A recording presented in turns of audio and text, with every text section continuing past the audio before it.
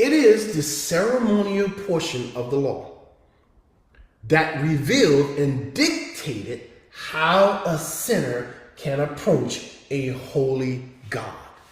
And that's the issue. How can me, a sinner, the chief of all sinners, approach a holy God? Through a sacrifice. Notice, not any kind of sacrifice, just one. As payment for being a sinner. Through sanctification by washing oneself in the water of the Word of God. So what do you have? You have a payment first, then you have a washing. Through righteousness by participating in the dietary eating of separation of the leaven of the world, the flesh and the devil.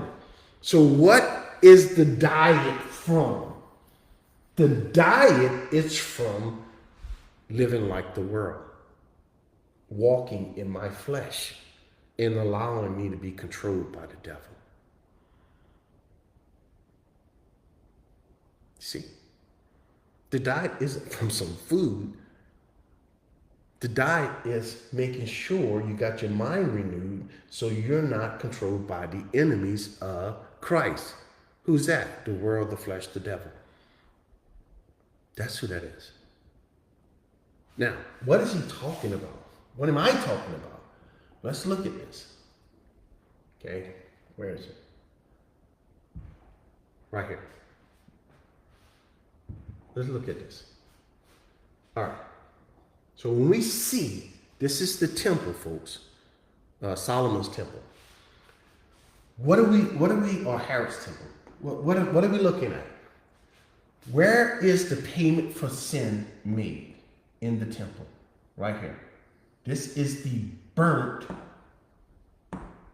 altar, where they put the sacrifices, or should I say the lamb.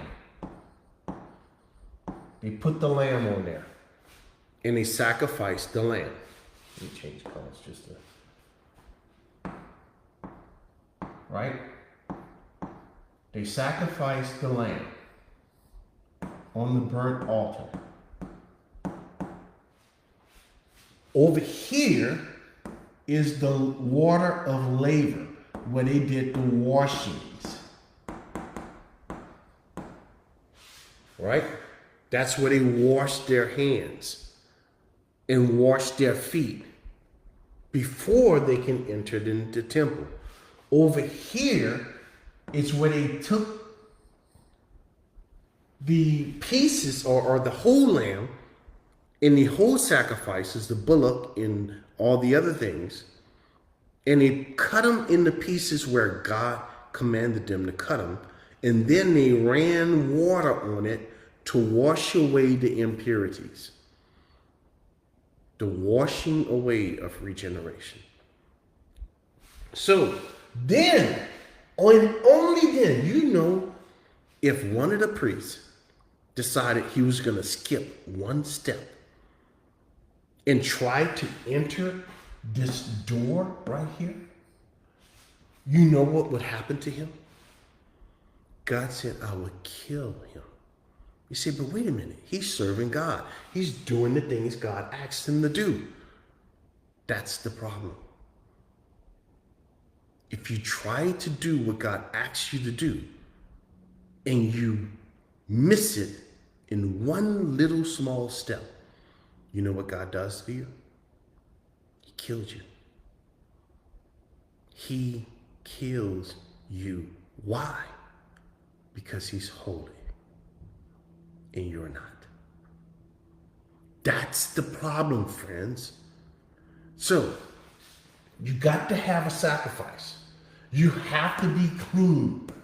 And you have to obey and do it God's way. If God says pour running water on it, and you say, no, God, I'm going to take it and dip it in water, till I put it in water. It's just water, God. No. No. The running water represents Christ, the Spirit of life, who is always moving.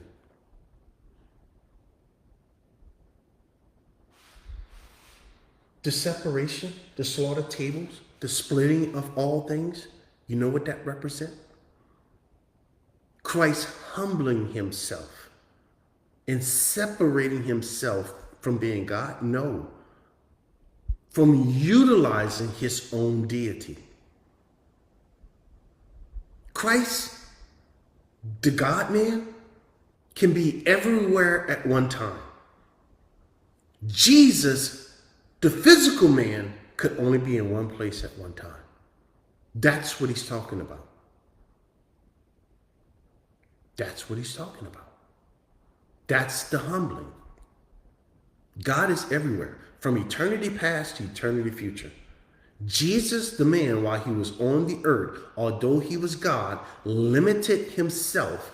That's why you cut it into pieces. The pieces represent God humbled himself.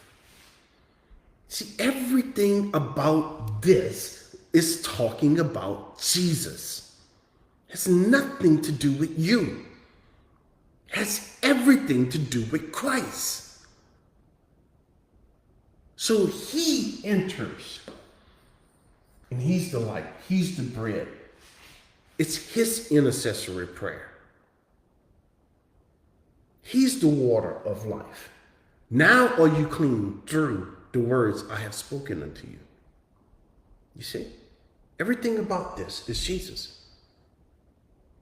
So that's why you had no choice but to do these things just to enter into the very presence of a holy God.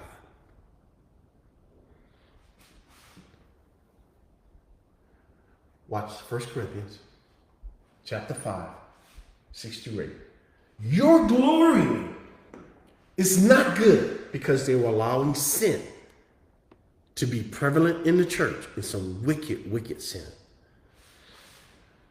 Do you not know that a little leaven, what is leaven in the Bible? The leaven in the Bible represents sin, makes the whole lump sinful. Therefore, purge out the old leaven. What are you taking out? You're taking out sinful behavior, that you may be a new lump that is acceptable to God, since you truly are unleavened. You see that? You are already unleavened. Therefore, you can now purge out the leaven because of who you are. You don't become unleavened because you purged it out, friend. No, you got that backwards. You're already unleavened. So now you can take out the rest. That is change your behavior. For indeed, Christ is our Passover. What is that? He's your propitiation. That is the satisfactory payment to God for your sin. That's what that is. Was sacrificed for us. For everybody? No, friends. He was not sacrificed for everybody. Do you understand that Christ's sacrifice was sufficient to save the devil? It was sufficient to save every demon, sufficient to save every human. Then ask yourself, if that's true, and Christ died for everyone, then wouldn't, logically, the devil and the demons go to heaven? Yes. Then he didn't die for everyone, or no one would go to hell. If the payment was made for every creature's sin, for every human sin, then God would be wicked and unjust to cast people into hell when Jesus had already paid the price for their sins. You see that? It's double jeopardy. He didn't pay the price for their sins. That's why they're paying the price themselves. He only paid the price and sacrificed himself for the us, not for the them. Therefore, let us keep, look, the feast. Wait a minute, what feast? Christ, in our service to Christ. Not with old leaven, old behavior, nor with the leaven of malice. So what is he talking about? Malice and wickedness. He's talking about behavior. Does salvation come through behavior? No. So you know this passage has nothing to do with it. But with the unleavened bread of sincerity toward God and truth that comes from his word. All right. Now, I'll focus tonight on the ceremonial part of the law. The books of Colossians and 1 Corinthians will serve as our primary text because it deals chiefly with the ceremonial laws. So when we come back next time, friends, that's what we're going to do. We're going to dive deeply into the ceremonial law because I don't want to break this up. And I'm looking at the time, and we're going to have to break it up, and I don't want to do that. So while today was short, we're going to jump right back into this portion of the ceremonial law so that we can understand and know exactly what God is talking about when it comes to the believer, the laws of God, and what portion of it you should be keeping. Okay, friends, till next time, take care.